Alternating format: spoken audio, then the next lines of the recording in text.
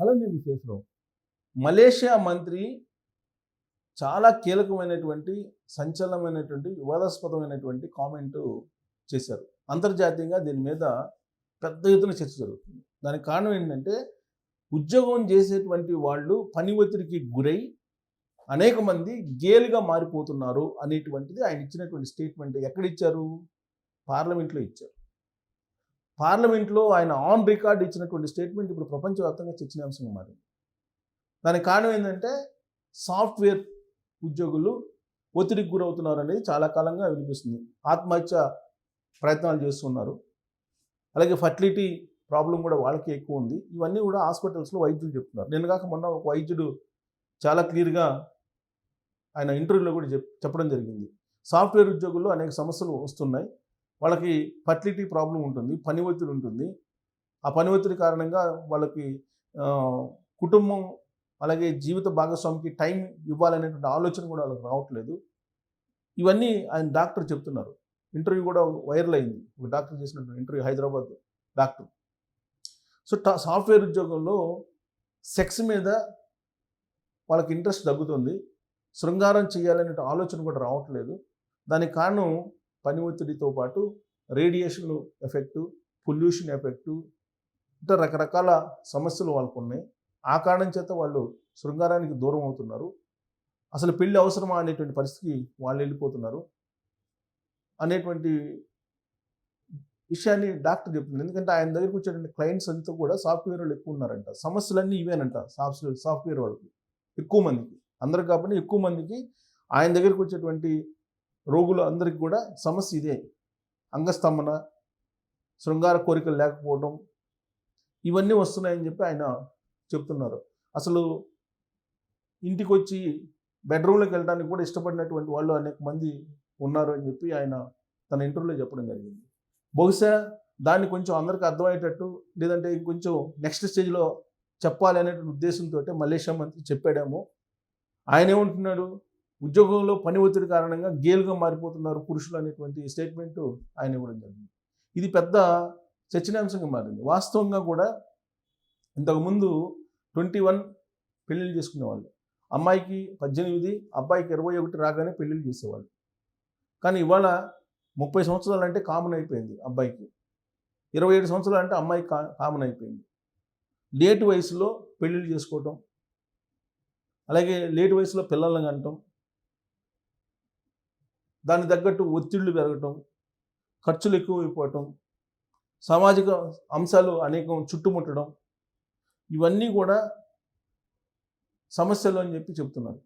అలాగే లగ్జరీ లైఫ్కి అలవాటు పడడం. లగ్జరీ లైఫ్ అంటేనే విలాసమైనటువంటి వస్తువులతోటి ఎంజాయ్ చేయటం అనేటువంటి భావనలోకి వెళ్ళిపోయింది ఇప్పుడు ఉన్నటువంటి తరం.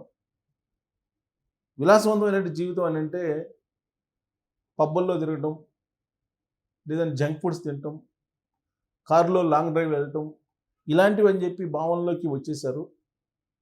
అసలు కుటుంబ జీవితాన్ని వాళ్ళు కోల్పోతున్నారు. కుటుంబ జీవితం అంటే ఏంటో కూడా వాళ్ళకి తెలియట్లేదని చెప్పి సైకాలజిస్టులు చెప్తున్నారు.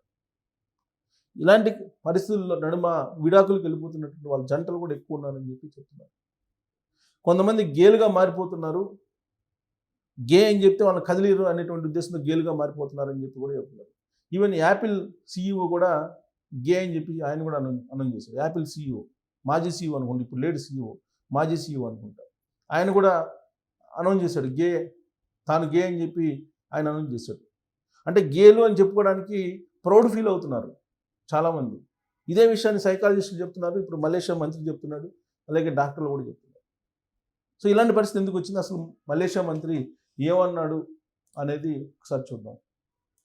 ఇక్కడ చూడండి, పార్లమెంటులో మంత్రి చేసిన వ్యాఖ్యలపై తీవ్ర విమర్శలు, వ్యంగ్యాస్త్రాలు. ఇది తప్పుడు సమాచారం, వెంటనే వెనక్కి తీసుకోవాలని హక్కుల సంఘాలు. సోషల్ మీడియాలో మంత్రిని ఎండగడుతున్న నెటిజన్లు. ఉద్యోగంలో పని ఒత్తిడి, సామాజిక ప్రభావం వంటి కారణాల వల్ల ప్రజలు LGBT కమ్యూనిటీ అంటే గే కమ్యూనిటీ, LGBT కమ్యూనిటీలో భాగమవుతున్నారంటూ మలేషియాకు చెందిన ఓ మంత్రి చేసిన వ్యాఖ్యలు తీవ్ర దుమారానికి దారితీశాయి. సో LGBT కమ్యూనిటీ, ఈ పదాన్ని ఉపయోగించారు, LGBT కమ్యూనిటీ అనేది. ఏంటి LGBT కమ్యూనిటీ అంటే? అడుగుదాం, జెమినీని అడుగుదాం. జెమినీని అడిగితే చెప్తుంది. జెమినీ ఏఐకి అడిగితే మనకి చెప్తుంది. అసలు ఏంది ఎల్జీబీటీ అంటే ఏంటి? ఇప్పుడు చూడండి, ఎల్జీబీటీ అంటే ఆల్మోస్ట్ గే. ఇది కొంచెం ఎల్జీబీటీ అంటే ఎల్జీబీటీ కమ్యూనిటీ అనేది విభిన్న లైంగిక ధోరణులు, సెక్షువల్ ఆరియంటేషన్స్ అంటే విభిన్న లైంగిక ధోరణులు మరియు లింగ గుర్తింపులు కలిగిన వ్యక్తుల సమూహం. ఈ పదం సమాజంలోని వైవిధ్యాన్ని గౌరవించడానికి మరియు అందరికీ సమాన హక్కులు ఉండాలని సూచించడానికి ఉపయోగిస్తారు. ఎల్జీబీటీ అనే సంక్షిప్త పదంలోని అక్షరాల అర్థం ఇక్కడ ఉంది. ఏంది? లెస్బినియన్. మగాళ్ళు అయితేనేమో గేస్ అంటారు, ఆడవాళ్ళు అయితేనేమో లెస్బినియన్స్ అంటారు. ఇది ఎల్జీబీటీ అంటే.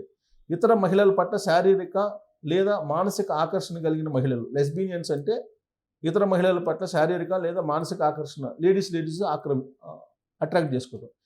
ఇక గే ఇతర పురుషుల పట్ల ఆకర్షణ కలిగిన పురుషులు. సాధారణంగా ఈ పదాన్ని అందరికీ కలిపి కూడా వాడుతుంటారు. సో పురుషుల అట్రాక్ట్ చేసుకోవడం అనేది గే. ఇక బైసెక్షువల్. ఇక్కడ మనకి ఎల్జీబీటీ కదా, బి అంటే ఏంటంటే బైసెక్షువల్. బైసెక్షువల్ అంటే పురుషులు మరియు మహిళలు ఇద్దరి పట్ల ఆకర్షణ కలిగిన వ్యక్తులు. బైసెక్షువల్ అంటే వీళ్ళు అటు ఇటు ఆకర్షణ కలిగి ఉంటారు. ఇక టీ అంటే ఏంటి? ట్రాన్స్జెండర్. ట్రాన్స్జెండర్ అంటే పుట్టినప్పుడు కేటాయించిన లింగం కాకుండా వేరే లింగాన్ని మార్చుకోవడం అనేదాన్ని వీళ్ళ ట్రాన్స్జెండర్ అంటారు. ట్రాన్స్జెండర్ అంటే లింగాన్ని మార్చుకోవడం, అవయవాన్ని మార్చుకోవడం, గుర్తించే వ్యక్తులు. ఉదాహరణకు హిజ్రాలు లేదా ట్రాన్స్మెన్ లేదా ట్రాన్స్ ఉమెన్. ప్రస్తుతం దీనికి ఇంకా విస్తృతంగా ఎల్జీబీటీ క్యూఏఐ ప్లస్ అని కూడా పిలుస్తున్నారు. క్యూఐ ప్లస్ అంటే మళ్ళీ యాడ్ చేశారు. ఎల్జీబీటీ అనేది కాకుండా దానికి మళ్ళీ క్యూఐఏ ప్లస్ అని కూడా. ఇందులో క్యూ అంటేనేమో క్వీర్, ఐ అంటేనేమో ఇంటర్సెక్స్, ఏ అంటేనేమో అసెక్షువల్ అని అర్థం అంట. సో ఇది మరి కొత్త పదాలు కూడా యాడ్ చేశారు ఇది. సో సెక్షన్ 377 అంటే ఇది కొన్ని స్వలింగ సంపర్కం అనేది నేరం కాదని తీర్పిచ్చింది భారతదేశం, చారిత్రాత్మక తీర్పిచ్చింది. కొన్ని దేశాల్లో దీన్ని వ్యతిరేకిస్తున్నారు. సో ఇది ఎల్జీబీటీ గురించి మాట్లాడారు ఆయన. సో ఇక్కడ చూడండి, పార్లమెంట్లో రాతపూర్వకంగా ఇచ్చిన ఒక సమాధానంలో ఆయన ఈ వ్యాఖ్యలు చేయగా దీనిపై అక్కడ మలేషియాలోని తీవ్ర విమర్శలు, వ్యంగ్యాస్త్రాలు వస్తున్నాయి. సౌత్ చైనా మార్నింగ్ పోస్ట్ ఇది ప్రచురించింది. మత వ్యవహారాల శాఖ మంత్రిగా ఉన్న డాక్టర్ జుల్కిఫిల్ హసన్ ఈ వివాదాస్పద వ్యాఖ్యలు చేశారు. దేశంలో ఎల్జీబీటీ ధోరణులపై ప్రతిపక్ష ఇస్లామిస్ట్ పార్టీకి చెందిన ఎంపీ సిటీ జైలా అడిగిన ప్రశ్నకు ఆయన సమాధానం ఇచ్చారు. పని ఒత్తిడి, సామాజిక ప్రభావం, మత విశ్వాసాలు లోపించడం వంటివి ఎల్జీబీటీ ప్రవర్తనకు కారణాలని ఆయన పేర్కొన్నారు. మలేషియాలో స్వలింగ సంపర్కం చట్టవిరుద్ధమని 2022 నుంచి 2025 మధ్య ఎల్జీబీటీ సంబంధిత కార్యకలాపాలపై 135 కేసులు నమోదయ్యాయని మంత్రి తెలిపారు. సో సోషల్ మీడియాలో నెట్జన్లు సెటర్లు ఈ మంత్రి పైన నెట్జన్లు ఆయన కామెంట్ పైన బాగా ఎగతాళి చేస్తున్నారు. ఈ లెక్కన మా ఆఫీసులో ఉన్న వాళ్ళంతా ఎప్పుడో గేలుగా మారిపోవాలని ఒకళ్ళు, ఒత్తిడి, బైసెక్షువల్ రెండు నాకు ఉన్నాయి, బహుశా మంత్రి చెప్పింది నిజమేనేమో అని ఇంకొందరు, అంటే ఆయన సపోర్ట్ చేసే వాళ్ళు ఉన్నారు. మరో యూజర్ వ్యంగ్యంగా రాశారు. మరికొందరు దీన్ని కార్మిక హక్కులతో ముడిపెడుతూ జనాలు గేలుగా మారకుండా ఉండాలంటే ప్రభుత్వం కనీస వేతనాలు పెంచి 4 రోజులు పని దినాలు ప్రవేశపెట్టాలంటూ చురకలు అంటించారు. సో దీని మీద మళ్ళీ హక్కుల సంఘాలు వచ్చినాయి. హక్కుల సంఘాలు ఏమంటున్నాయి? జస్ట్ ఫర్ సిస్టర్స్ అనే ఎల్జీబీటీ హక్కుల సంస్థ ప్రతినిధి తిలగా సులతి రేహ్ మాట్లాడుతూ లైంగిక గుర్తింపు అనేది ఒత్తిడి వల్ల వచ్చేది కాదని, అది మానవ సహజమైనదని ప్రపంచ ఆరోగ్య సంస్థ స్పష్టం చేసిందని గుర్తు చేశారు. సో మొత్తం మీద ఈయన చేసినటువంటి వ్యాఖ్యలు ఇప్పుడు ప్రపంచవ్యాప్తంగా బాగా వైరల్ అయ్యాయి. దీని మీద నెట్జన్లు ఆయన సపోర్ట్ చేసేటువంటి వాళ్ళు కొంతమంది, వ్యతిరేకించేటువంటి వాళ్ళు కొంతమంది, అసలు ఎల్జీబీటీ అంటే ఏంటి వెతికే వాళ్ళు కొంతమంది, గేల్ అంటే ఏంటి, లెస్బినియన్స్ అంటే ఏంటి, బైసెక్షువల్స్ అంటే ఏంటి, దీని మీద చర్చ జరిపేటువంటి వాళ్ళు కొందరు. మొత్తం మీద ప్రపంచవ్యాప్తంగా గేల సంఖ్య పెరుగుతుందని చెప్పి ఆయన అభిప్రాయం. ఇది ఇప్పుడు దుమారం రేపుతుంది. మరి ఆయన చేసినటువంటి వ్యాఖ్యలు నిజమా లేదంటే అబద్ధం ఉందా? దీని మీద మీరు కామెంట్ చేయొచ్చు. Thank you.